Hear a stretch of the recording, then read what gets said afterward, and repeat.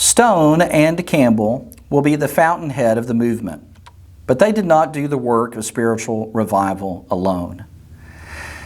Evangelist Walter Scott, who lived from 1796 to 1861, was one of the most powerful preachers of the movement, as he taught that one could simply hear and accept the gospel, turn away from sin, and in faith be baptized, without having to wait for a miraculous act of the Holy Spirit.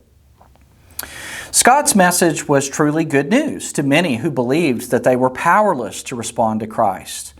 Remember, the doctrine of Calvinism was so prevalent in the Presbyterian community and in the Baptist organizations and associations as well, that this message was refreshing about the invitational nature of the gospel, that you could choose to commit, that you could choose to respond in faith, that you could hear about Jesus, learn about Jesus, choose to believe it, to put your trust and faith in Jesus Christ, to repent of your sins, to confess Jesus, and be baptized for the forgiveness of sins.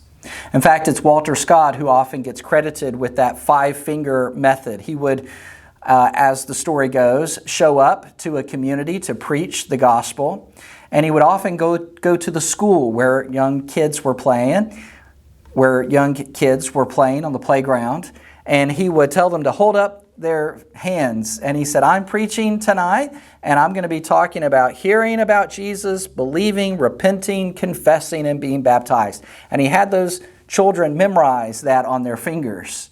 And they would go home and they would tell their parents, this man visited the school and says that he's preaching, and they could remember the things because they would hold up their hand and they could remember each finger.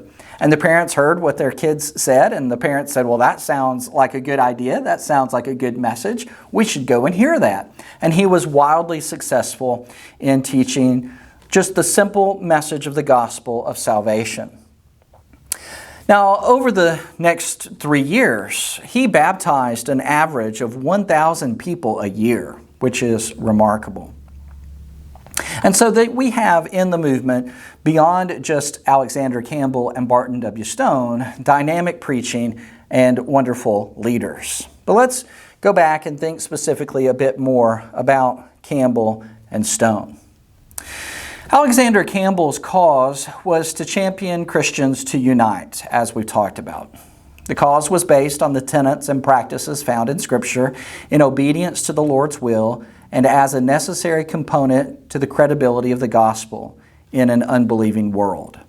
And this concept gained wide acceptance in the new nation. The thousands who were moved to embrace this ideal by Campbell and colleagues, such as Walter Scott, came to learn of the Stone movement, and the two people began to unite in 1832. They launched an expansion into the Midwest and Far West, and they grew to become a major component of American Christianity. Alexander Campbell emerged as one of the most effective spokesmen of this cause. Hence, it is important that we pause to note the orientation of Campbell's thinking. And so let me say a few things about what we know about Alexander Campbell. He was educated largely under the guidance of his father, Thomas Campbell, who was a graduate of the University of Edinburgh. His only formal university education was limited to 1 year at the University of Glasgow. Here, as Alexander Campbell, as well as from his father's teaching, his father Thomas Campbell, Alexander Campbell came under the influence of Scottish common sense philosophy, which is a refinement of Enlightenment thinking and a departure from traditional Presbyterian Calvinism. As a serious student of the Scripture, he was inclined to seek for its meaning within the historic context of its time, this historical grammatical reading of the text of Scripture, putting a great deal of interpretive significance upon the principle of context. Context is king. What does the Bible mean to us? Well, we first have to answer the prior question, what did it mean to its original readers or its original hearers? And so this approach to divine revelation sought meaning through rational understanding and placed really very little emphasis on emotional experience. It's not about how we feel about the text, it's about what the text means. And such as was often seen in frontier revivals, which were often characterized by a lot of emotionalism, Alexander Campbell wanted to bring more careful, reasoned thinking to a study and a preaching of Scripture. Faith is understood to be personal acceptance of reliable witness to historic fact as provided in the Scriptures. Repentance, as the word basically says, is a godly change of mind, a mental revolution started by the acceptance of God's truth. Baptism is a cleansing from sin by identification with Christ in death, burial, and resurrection, which is followed by the promised gift of the Holy Spirit. The church, or the body of believers, seen in the New Testament, provides a model for later generations. So the idea that the book of Acts is not just descriptive, describing what happened then, but it's also prescriptive about what we should follow today as well. So again, the narrative of Acts and the model of the early church, the idea behind so much of the thinking of Restoration Movement leaders is that it is not just descriptive, but it is also prescriptive. That's an important concept. The New Testament describes, but it doesn't just describe, it also gives a model to be followed. And this model is adequate to form the basis for restoration of the church in our times. All right, so this is what Campbell believed. And Campbell could not find clerical control in the New Testament scriptures as had developed in later centuries. Rather, he sought to create the type of leadership of the church that he found in the examples provided in the New Testament. And so he favored this idea of elders or shepherds or pastors, those being synonymous terms, a plurality, not a pastor optimus system, but a plurality of men to lead each local autonomous congregation. He also renewed the church's commitment to Christ to weekly celebration of the Lord's Supper. And he continued to emphasize the essentiality of baptism. Baptism by immersion of believers, as well as the weekly celebration of the Lord's Supper in the worship service. And so these things came to be accepted universally by congregations of the developing movement.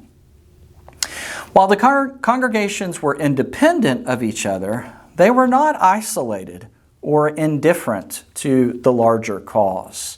Campbell's extensive travels and the wide circulation of his periodical, The Millennial Harbinger, were solid factors that created mutual awareness among the congregations on the frontier. In other words, one of the things that brought a great deal of conformity and a similar practice among the various congregations or the various churches in different locations was the power of the periodical, these magazines or these brochures that people would receive in the mail and they would read, and it would clearly lay out Campbell's vision of restorationism. Now let's talk about the merging of the two movements.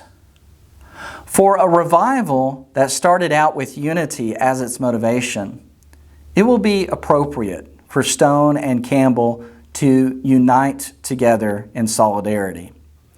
Alexander Campbell and Barton Stone met in 1824, but their movements had already been in contact with each other. Both groups were deeply committed to the visible unity of Christians based on the teachings of Scripture. And in late 1831, Stone and a close friend in the Campbell movement, John Smith, called meetings of church leaders in Georgetown and Lexington, Kentucky. In fact, today, the stained glass of the Meeting House in Bourbon County, Kentucky, tells the story of the historic handshake and union of the two movements. The Stone and Campbell movements united. On January 1st, the first Sunday of 1832, the two groups shared communion together as one fellowship. The Kentucky churches sent messengers to tell other congregations what had happened there and urged them to do the same. And so unions in other cities quickly followed. Over the next 3 decades, the Stone-Campbell movement became one of the 10 largest Christian bodies in the United States, an estimated membership of 200,000 by 1860. And by 1881, one of its members, James A. Garfield, would be elected President of the United States. While the movement is characterized by tremendous growth, as people were drawn to its message of restoration, primitive Christianity, unity, and simple faith, divisions were on the horizon. And as the 20th century draws near, we'll see that in the aftermath of debates and divisions over missionary societies, mechanical instruments of music and worship, and a cataclysmic civil war, the movement will become fractured. But at this point, we will bring our session to a close.